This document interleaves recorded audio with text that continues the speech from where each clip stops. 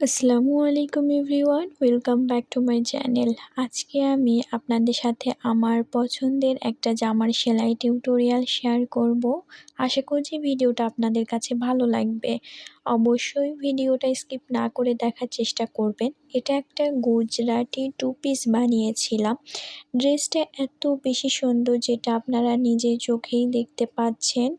ড্রেসটা কিন্তু বাস্তবে সামনাসামনি অনেক বেশি সুন্দর। ক্যামেরাতে ওইভাবে বোঝাতে পারছি না হয়তো, তবে বাস্তবে অনেক সুন্দর। এটা পুরোটাই গুজরাটি কাজের করা হয়েছে। তো আমি আপনাদের সাথে গুজরাটির সেলাইটা, এই যে মাঝখানে যেই সেলাইটা দিয়েছি, ছিটাছিটি করে যে কাজটা করেছি, এটার সেলাই টিউটোরিয়াল শেয়ার করব।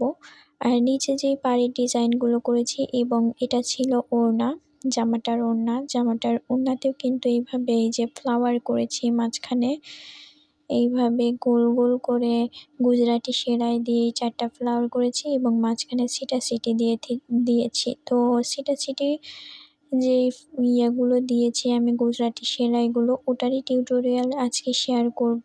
আর আপনারা যদি এই যে ওড়নার ডিজাইনটা এবং জামার পাড়ের ডিজাইনটা চান, তাহলে অবশ্যই আমাকে কমেন্ট করে জানাবেন। ইনশাআল্লাহ আমি আপনাদের সাথে পরবর্তী ভিডিওতে দেওয়ার চেষ্টা করব।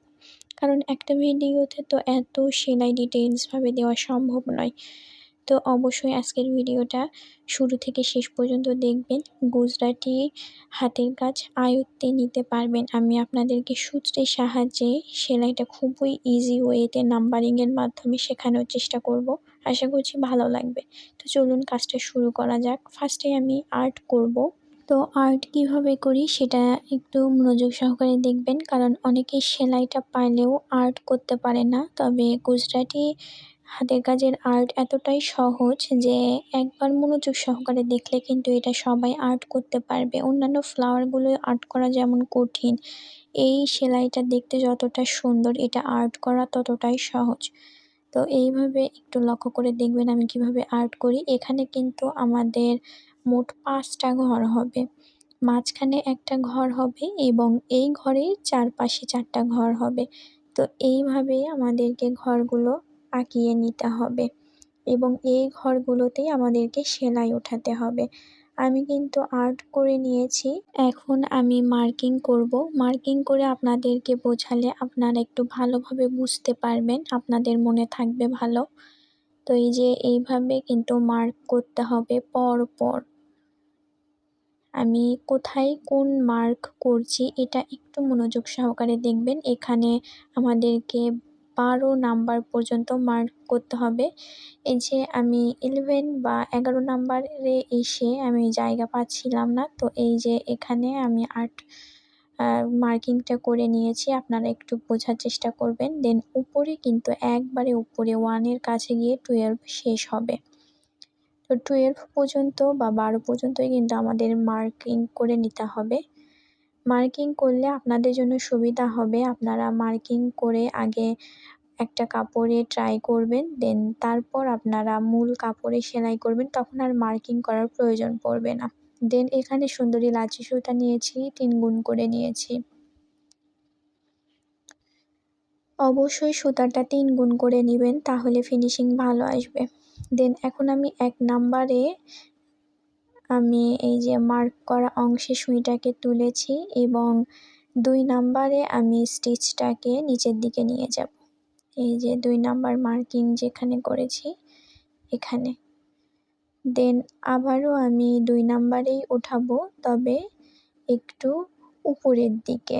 দেন 3 নাম্বারে গিয়ে আমি এইভাবে আবারও সেলাই নিব এখানে। দেন আবারও নিচের দিকে স্টিচ উঠাবো। এই যে সুইটাকে উঠিয়ে এবার 4 নাম্বারে গিয়ে একটা স্টিচ উঠাবো। আমি খুবই ধীরে স্থিরে আপনাদের সাথে কাজটা শেয়ার করছি। আশা করছি আপনারা বুঝতে পারবেন। তারপরেও কোথাও কোনো কিছু বুঝতে অসুবিধা হলে অবশ্যই কমেন্টে জানাবেন। তো এই যে দেখেন আমি 4 থেকে 5 এ গিয়েছি।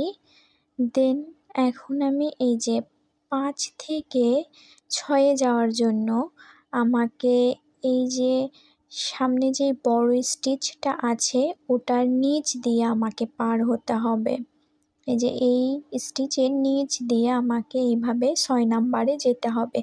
এটা কিন্তু অবশ্যই খেয়াল রাখতে হবে, এটা এখানে ভুল করা যাবে না। এখানে যদি ভুল করেন তাহলে আপনার সেলাইটা একদমই হবে না। তো এই যে আবারও আমরা ঘরগুলো এইভাবেই স্টিচ উঠিয়ে নিয়ে যাব। এই তো 6 থেকে আমি 7 এ গেলাম, 7 থেকে এখন 8 এ যাব। এই যে 8 এ গেলাম, এখন 8 থেকে 9 এ যাওয়ার জন্যও আমাকে এই যে সামনে যে বড় স্টিচটা আছে এটার নিচ দিয়ে আমাদেরকে যেতে হবে। এই যে এইভাবে আমি 8 থেকে 9 এ যাব। অবশ্যই এগুলো একটু খেয়াল করে আমাদেরকে ঘরগুলো সেলাই করে নিতে হবে। তো আবারও 9 থেকে 10 এ গেলাম, 10 থেকে আমি 11 তে যাব। এই যে 10 থেকে 11 তে গিয়েছি, এখন 11 থেকে 12 নাম্বার ঘরে যাব। 12 নাম্বার ঘরে যাওয়ার জন্য আমার এখানে কি করতে হবে, আবারও সামনে যেই বড় স্টিচটা আছে এখানে 2টা বড় স্টিচ আছে, তবে আমরা প্রথম স্টিচের নিচ দিয়ে যাব আর দ্বিতীয় স্টিচের উপর দিয়ে যাব। এই যে 12 নাম্বার মার্কিংয়ে গিয়েছি, এখন 12 থেকে একবারে 11 নাম্বার 1 নাম্বার পয়েন্টে যাব। এই যে 12 থেকে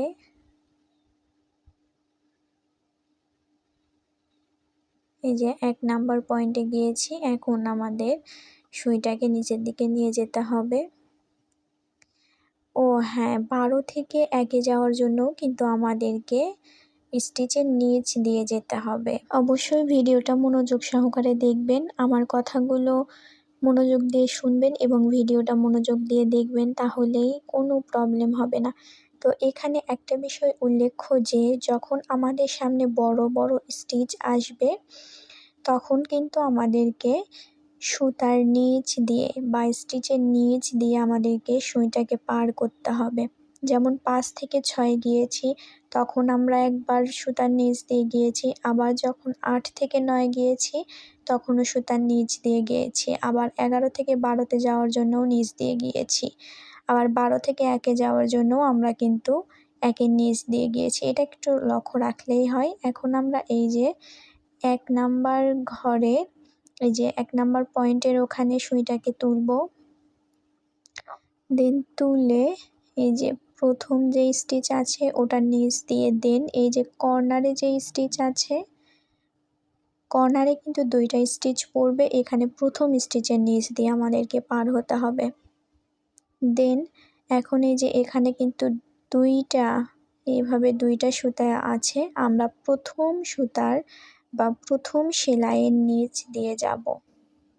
এই যে এখানে প্রথম সেলাইয়ের নিচ দিয়ে যাব, দ্বিতীয় সেলাইয়ের উপর দিয়ে এবং এই যে এখানে যে সেলাই আছে এটার নিচ দিয়ে, এই যে মাঝখানের ঘরের নিচ দিয়ে, আবার এই যে কোণার ঘরের এটার নিচ দিয়ে যাব, মানে এখানে একটার নিচে একটার উপরে এইভাবে করে যেতে হবে। আবারও কর্নারের প্রথম সেলাইয়ের নিচ দিয়ে যাব। এই যে কর্নারে কিন্তু 2টা করে সেলাই পড়বে, আমরা প্রতিবার প্রথম সেলাইয়ের নিচ দিয়ে যাব।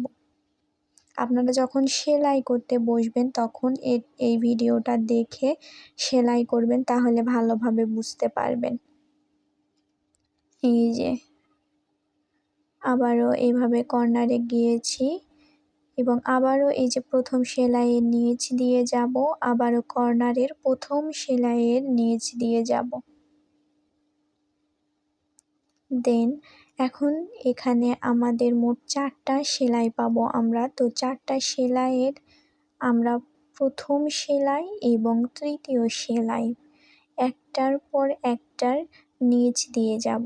এই যে প্রথমটার নিচ দিয়ে যাব, দ্বিতীয়টার উপর দিয়ে এবং আবার তৃতীয়টার নিচ দিয়ে যাব।